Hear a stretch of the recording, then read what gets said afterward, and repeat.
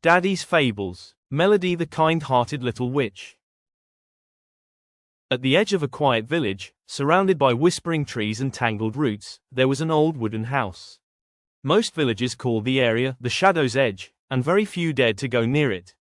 That's because a witch lived there. Her name was Melody. She was a little witch with soft violet hair, sparkling blue eyes, and a tiny star-shaped wand she carried everywhere. Melody wasn't a scary old witch with a crooked nose.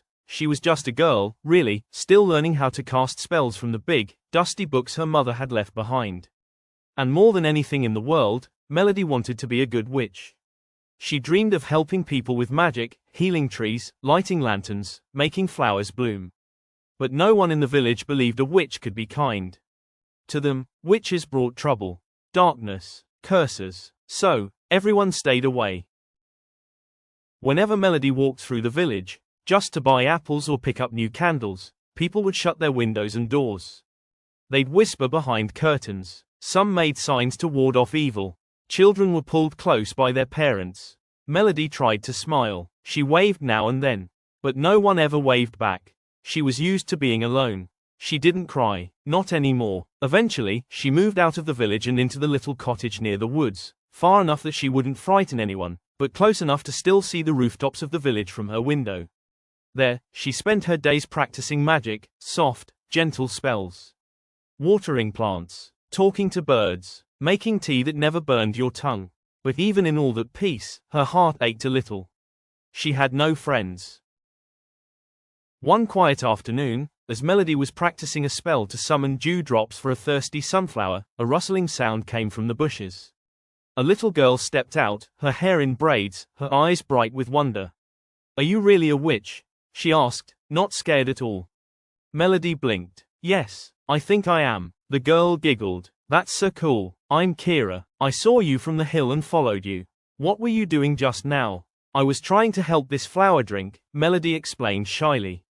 "It's very thirsty. It's like magic," Kira gasped. Melody smiled, for real this time. From that day on, Kira came often. She brought snacks and books and sometimes silly jokes. She never judged Melody, never feared her. They laughed, they played, they watched stars. And Melody, for the first time in her life, had a friend. Then came the summer that felt like fire. The sun blazed in the sky, day after day. The wind stopped. The grass turned brown. Flowers wilted. Leaves curled. The river that fed the village slowed to a trickle. Wells dried up. Fields cracked. People began to panic. "How will we water the crops?" they cried. "There's not enough to drink," they groaned. No one had answers. Some began to whisper that this was punishment, a curse. Melody heard those whispers from her cottage. And her heart sank. One morning, Kira ran into Melody's garden, tears in her eyes.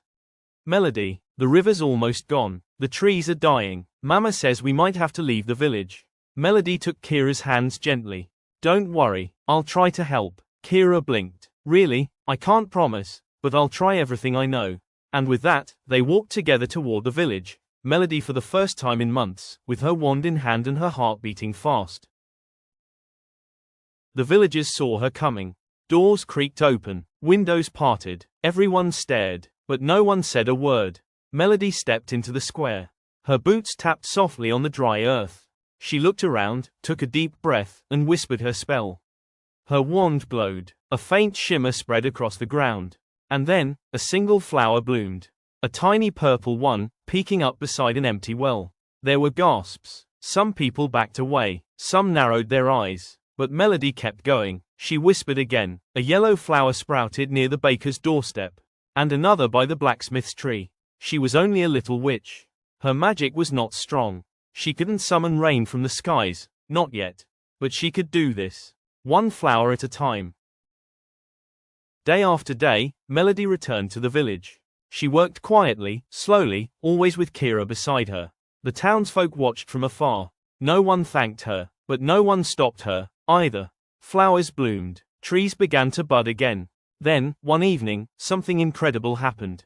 A cool breeze swept through the streets. And tiny raindrops began to fall. First one, then two, then hundreds. It wasn't a storm, but it was rain. Real, gentle rain. And the villagers stood in the square, soaked and stunned. Melody smiled up at the sky. Her magic hadn't done it alone. But maybe, just maybe, her hope had helped a little. The next morning, as Melody walked through the village again, something different happened. A man tipped his hat. A woman gave her a shy wave. And the baker's wife offered her a warm sweet bun. "For you," she said. "Thank you." Melody stared at the bun, then at the woman. And tears filled her eyes. Not of sadness, of joy. By the end of that summer, no one called her the witch anymore. She was simply Melody. Children followed her around, asking to see her spells. She taught them how to care for plants, how to listen to animals, how to sing to the stars. Kira remained her closest friend, always nearby, always cheering the loudest. The villagers invited her to their harvest festival. She lit the lanterns with a flick of her wand, filling the night with soft, golden light. No one feared her anymore, because they had seen who she truly was. Melody still lived at the edge of the forest. She still practiced magic every day. But now, her garden was full of laughter and visitors. Her heart was full, and her soul was light. She never became the most powerful witch in the world. But she became the kindest. And that, as everyone in the village would tell you, was even better.